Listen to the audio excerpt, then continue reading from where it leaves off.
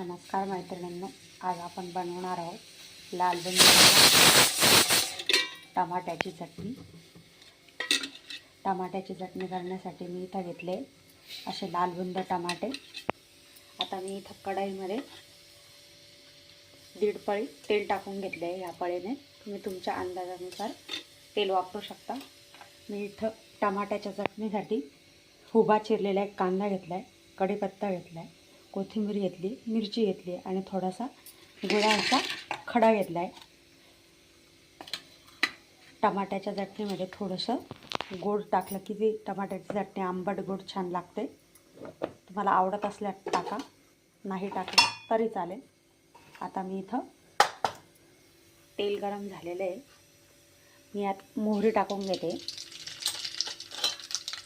मोहरी टाकल्यानंतर मी इथं जिरं पण टाकते थोडंसं। आता जिरं टाकल्यानंतर आपण हे छान कांदा परतून घ्यायचा।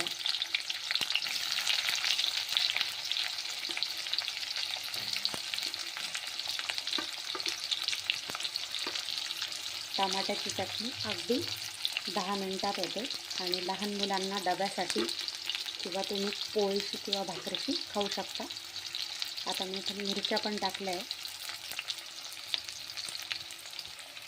तुम्ही माझ्या चॅनलवर नवीन असाल तर लाईक, शेअर आणि सबस्क्राईब करायला विसरू नका आणि कमेंट्स करायला विसरू नका।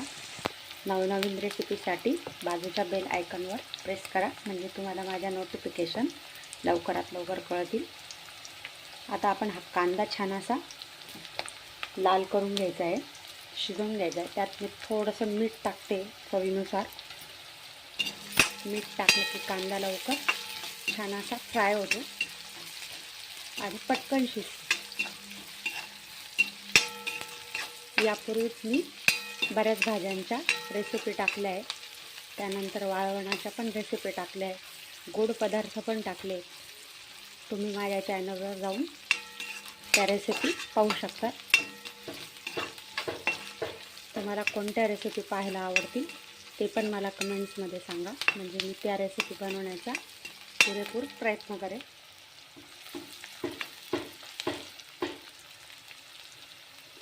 आता आपण यात कढीपत्ता टाकून घेते।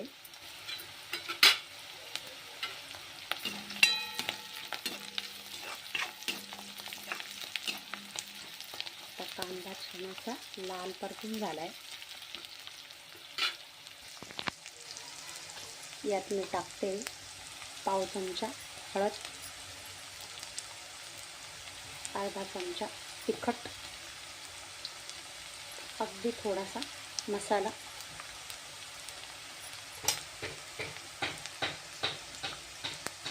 तिखट, हळद आणि मसाला, किंचित हिंग,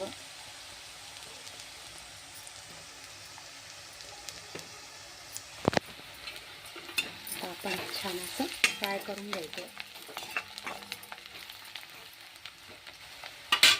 आता मी यात टाकते आपण चिरलेले टमाटर।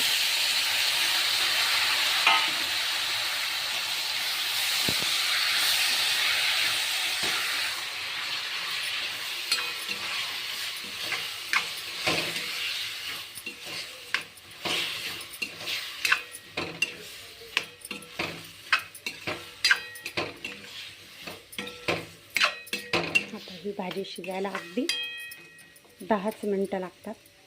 मी इथं गॅस मोठाच ठेवला आहे। यात टाकते गुळाचा खडा। गुळाचा खडा यात टाकून देणार आहे आणि चटणीला अर्धा चमचा मीठ टाकते। टमाट्याच्या चटणीला अगदी कमी वेळात आणि पटकन तयार होते आणि मुलांना पण खूप आवडते।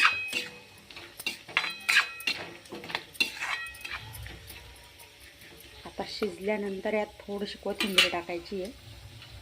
आता मी थोडंसं 5 मिनिटं यावर झाकण ठेवते, म्हणजे ती पटकन शिजेल।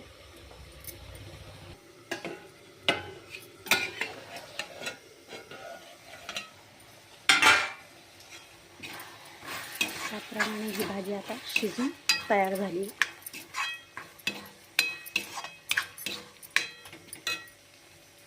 यात मी टाकते थोडंसं खोबरं किसलेलं,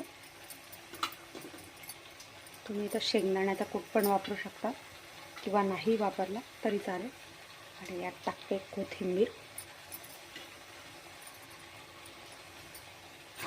छान असं हलवून घ्यायचं म्हणजे त्यात ते सगळं मिक्स होतं. ही भाजी 3 ते 4 दिवस छान राहते आणि 2 दिवस जर थंड असेल वातावरण तर 2 दिवस बाहेर आणि 8 दिवस फ्रीजमध्ये पण छान टिकते. कधीही मुलांना तुम्ही जॅम वगैरे देण्यापेक्षा ब्रेडसोबत वगैरे ही चटणी देऊ शकता. चला आता आपण भेटू पुढच्या व्हिडिओ.